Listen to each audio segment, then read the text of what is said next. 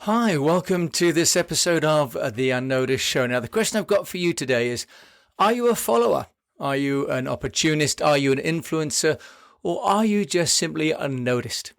That's because on this show today, I'd like to go through some work that I'm doing at the moment on what I'm calling the Active Communications Index. Now, the ACI for short is a formula which leads to a synopsis which helps a business owner to decide if they're doing enough work for their publicity. Now, the reason I think this is important is because many clients that I work with are not consistent about how they communicate in their marketing. So I've devised the ACI to measure three variables, because in my experience, it's these three variables that are most important in your public relations. It's content, channels, and frequency. Now, when I map out these three variables, I am able to come up with some numbers, and the variables that give me the numbers give me three. When I map out these variables, what happens is that I get a number.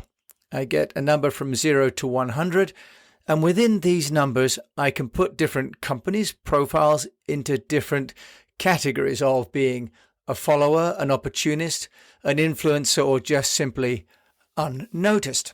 So I'm sharing this because this is something I'm working on now, and I'd love to get your feedback on it, because I've spoken to so many entrepreneurs and big companies, and actually they don't know how much is enough. So if you don't know how much work is enough, then the ACI could give you a good guide to that. Now, everyone is so focused on getting work seen, on what we might call the vanity metrics of impressions and page views, but they don't necessarily measure the work that it's taking to get them seen.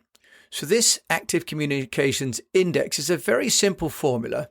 So you can work out if you and your team are doing enough work every week in order to be consistent and have engagement with your various audience groups.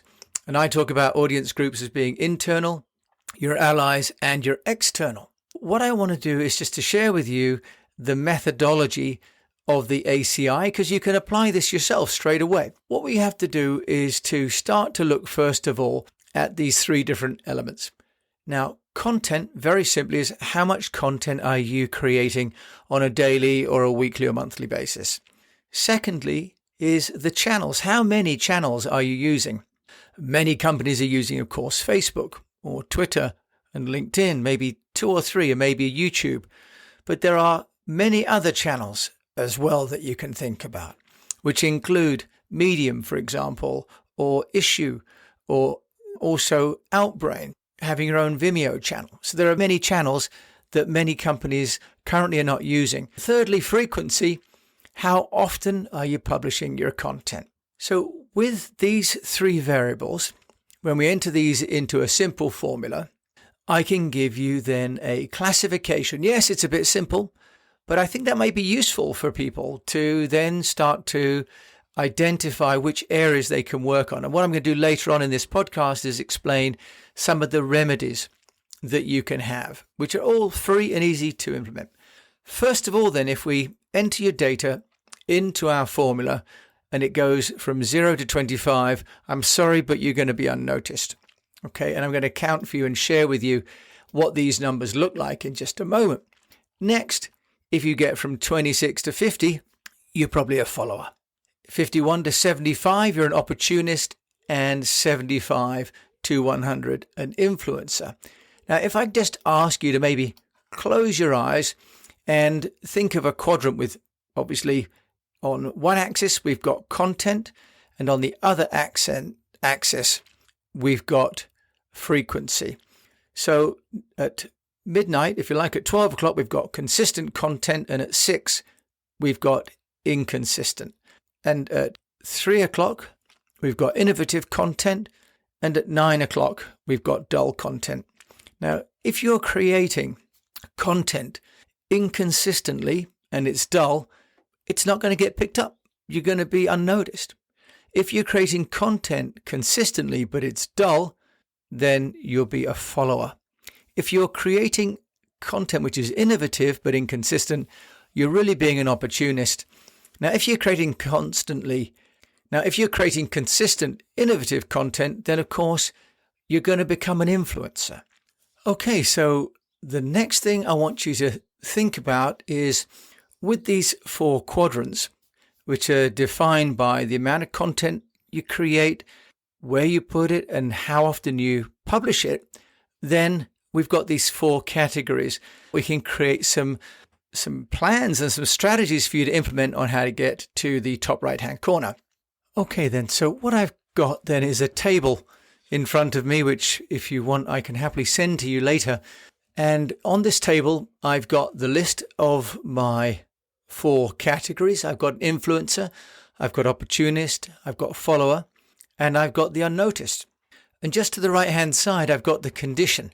That is the condition that your company or yourself are in. So I'm going to go through those and then give you prescriptions of what you can do depending on the category that you find yourself in. So just to summarize, if you're an influencer, then your content is innovative, you utilize an optimal number of channels, and you are consistent in your publishing. If you're an opportunist, your content is innovative, but you're sporadic in your outreach and you use a limited number of channels. Now, if you're a follower, your content is dull. You're consistent probably though with your outreach because you're trying to keep up, and you use a limited number of channels. And if you're unnoticed, then your content is dull and you're sporadic in your outreach and you utilize a limited number of channels. Okay, so those are the definitions. Now, if we look at prescriptions, and we all really want to be in that top right-hand corner where instead of us chasing customers, customers are chasing us. Okay, let's start with the unnoticed amongst us. The unnoticed, in terms of your content is probably dull.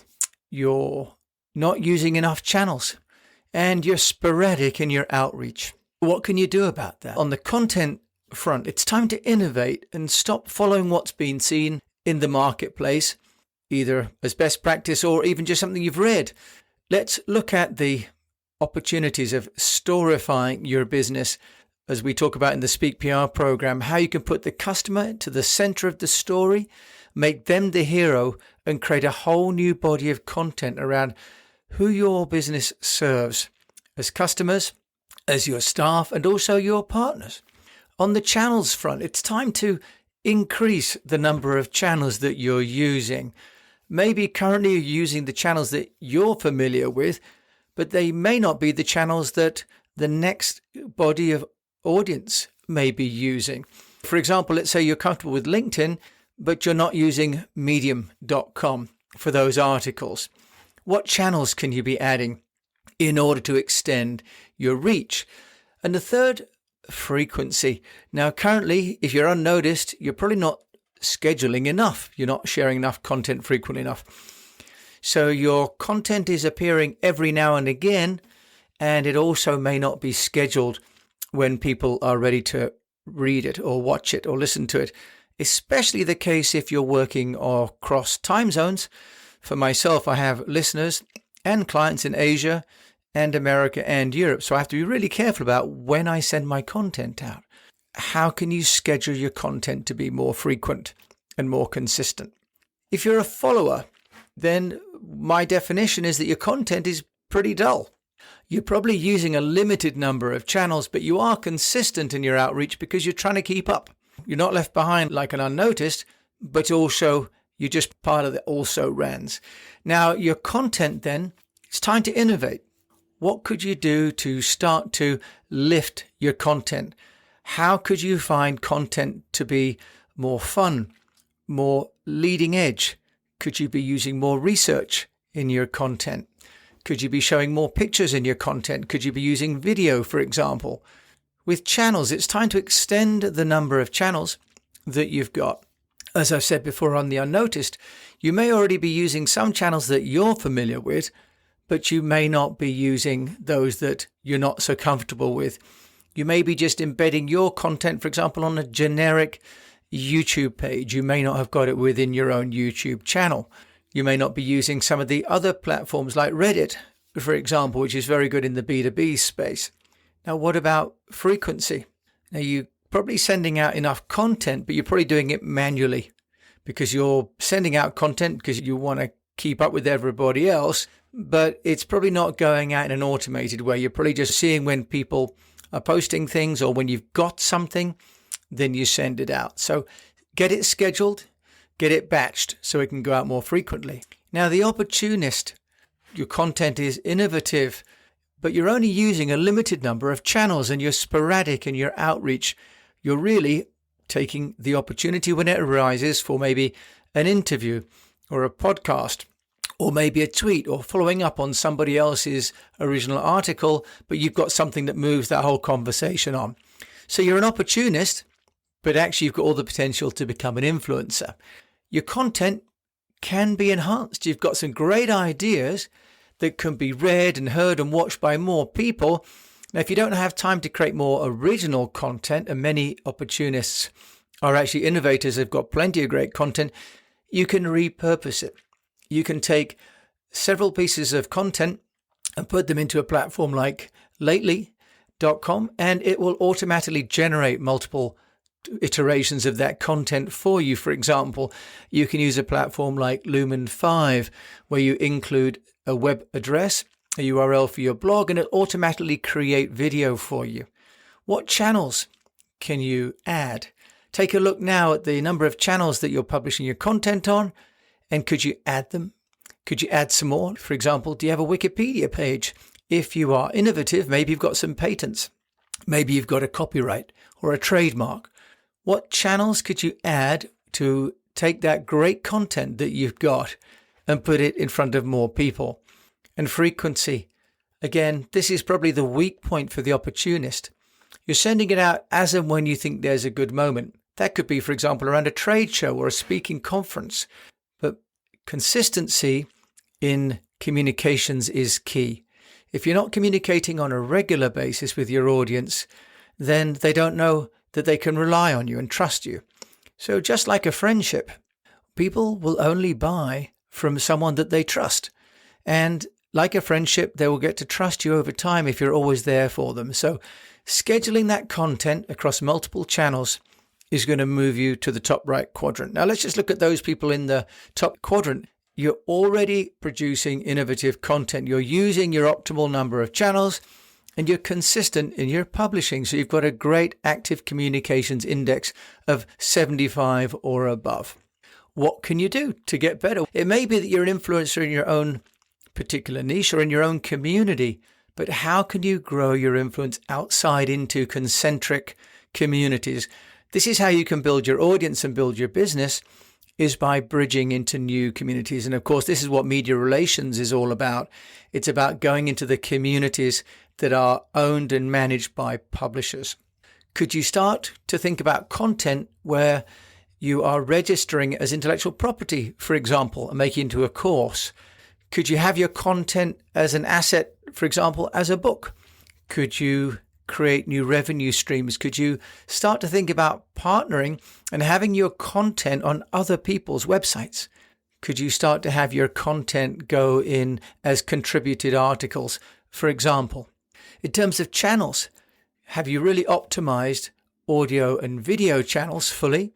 But also, have you started to think about the channels by time zone, for example, to make geography-specific content, translated content if you're working across multiple languages, for example? And finally, have you thought about your internal partner audiences?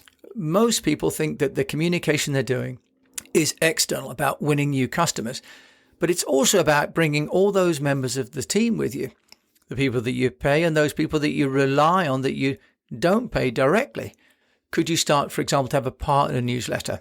Could you start to have internal engagement platforms that you can use? And there are quite a few of them now where you can give, for example, rewards, like there's one called Mo.work.